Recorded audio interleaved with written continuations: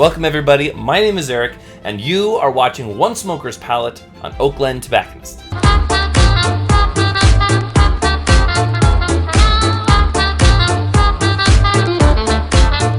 It has come time for another San Andres Maduro review. We are continuing on this journey on finding the ultimate Mexican San Andres wrapped Maduro. The cigar I have with me today is one we've recently taken on at the shop. It was recently joined the portfolio in the OGT humidor, and it also is stuff of legend. This cigar that I'm smoking today is Steve Saka's Sin Compromiso Corona. This is a 5.63 by 46 cigar, pigtail foot box press. As I say, this is the stuff of legend. This is using the high priming Saka likes to use. This is using the quintessential Saka touch on cigars. So on this particular cigar, yes, we have a San Andres Maduro wrapper. This wrapper comes from a very high grade. It's not just your run-of-the-mill. As we know, Saka always goes for something setting that bar very high, and that's what we have on this wrapper leaf. Its binder is Habano and fillers are Nicaraguan. It is said that the Sin Compromiso is in a medium plus strength, but we're going to put it to the test and see where it lands us, and see where it begins as we continue on this journey. All right, pulling off the cedar sleeve, and I'm going to go ahead and get this cut. Go and cut the top off right there. Draw is pretty open. On the dry draw, it's pretty clean. I'm also going to say there's not much happening on the dry draw. I'm not being hit with so many flavors. There's a little bit of barnyard in there, but it's pretty faint. Nothing too crazy, no spice, not so much sweetness either. So very interesting, pretty muted on the dry draw, but we're going to go ahead and light it up.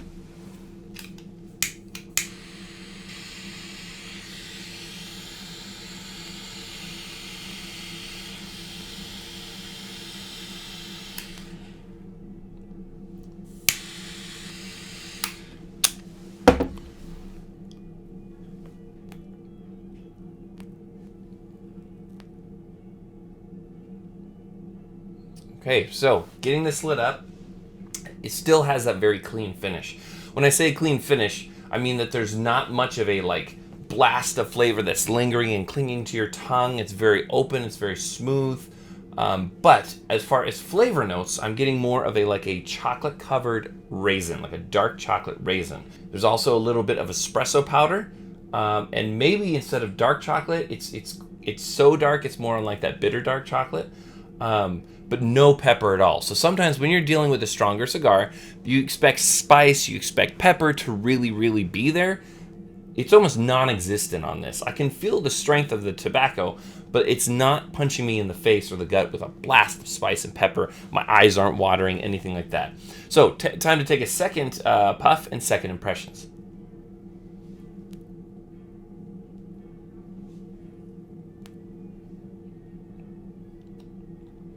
Still very clean, continues to smoke quite a bit right here off the foot.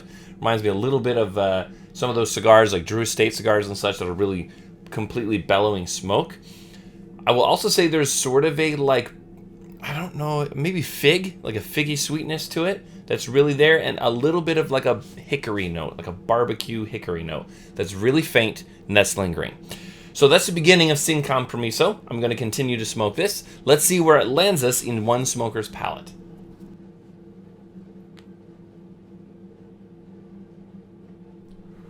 All right, getting into the second third. Where it started off and where it is now, very different places. There is a lot of more heavy hitting flavors, and I think what I'm really enjoying most about this is the concentration of wrapper leaf. Smaller ring gauge cigars has more concentration of wrapper to filler ratio. A lot of that San Andres is coming through, but it also continues to be very clean. Now, when I say it's completely changing, there's a little bit of pepper on the retro. If you retro this cigar, that's when you're going to get some of that spice. It's on the back end. I'm still getting some of that raisiny, chocolatey flavor. Still getting some of that raisiny, chocolatey element. But the smoke production and the full body texture of the smoke has completely changed 100%. So there is a lot going on. It's definitely transitioned and snuck up on me. When you light up Sin Compromiso and you kind of have that more airy, light, kind of like deeper flavors, but it's not really in your face. And then as it continues to smoke, that transition completely happens. I'm not going to say it's the strongest. It's definitely medium plus. It's not like full, but it has a kick to it, and it really, really changes from where it started. And I enjoy something like that.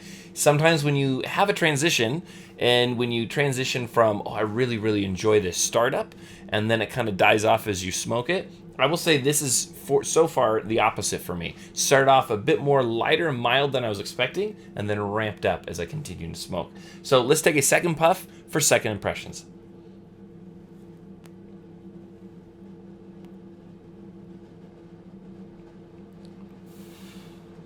Once again, you can see the smoke output is fantastic. So I'm going to say predominant notes. There is a chocolatey sweetness definitely there. There is that raisiny element with a little bit of that like fig, but definitely barnyard-like aspect to it, which I'm enjoying. I think it complements really well. You have a balance of a little bit of bitterness and a little bit of sweetness, some of those chocolatey notes, and a little bit of spice as well. It's hitting multiple points of the palate, which I think might be the goal here.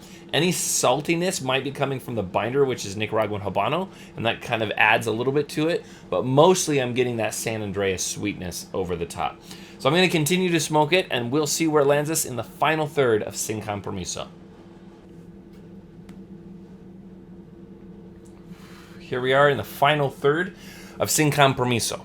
So the flavors once again have changed. Now we're getting more of like ripe fruits, sort of like a trail mixy like type of, like a little bit of that fig, but a little bit of like apricot, and still some of those raisins and a bit of nutty component as well. This is all kind of underlined from that barnyard sort of musty, chocolatey aspect.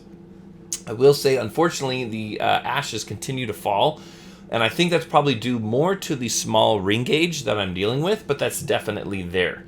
And so putting these things together, I will say that as much as I'm really, really enjoying this second and final third, like they're fantastic, it was off to a slower start. So it's going to lose a little bit of scoring on that slow start. But once it ramps up and you get into the full meat of this cigar, the second and the final thirds, it is incredibly satisfying.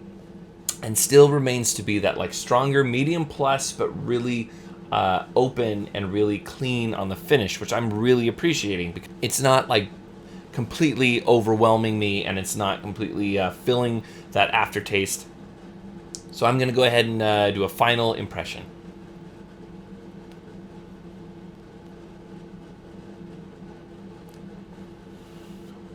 And it continues to ramp up and have like some of those fruity flavors.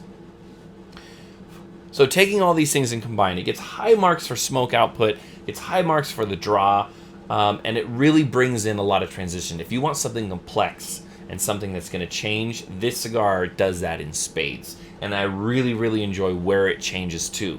Low marks, once again, is the ash. The burn was a little bit uneven. Low marks, of course, is the ash fell off several times in that slow start, and I didn't get too much off of the cold draw. So taking all these things in consideration, tallying up all these scores, the Sin Compromiso Corona, this 5.63 by 46 box press San Andres, comes to a total score of 76. So it is just shy of 80. It's definitely a cigar I enjoy those transitions and really enjoy those complexities.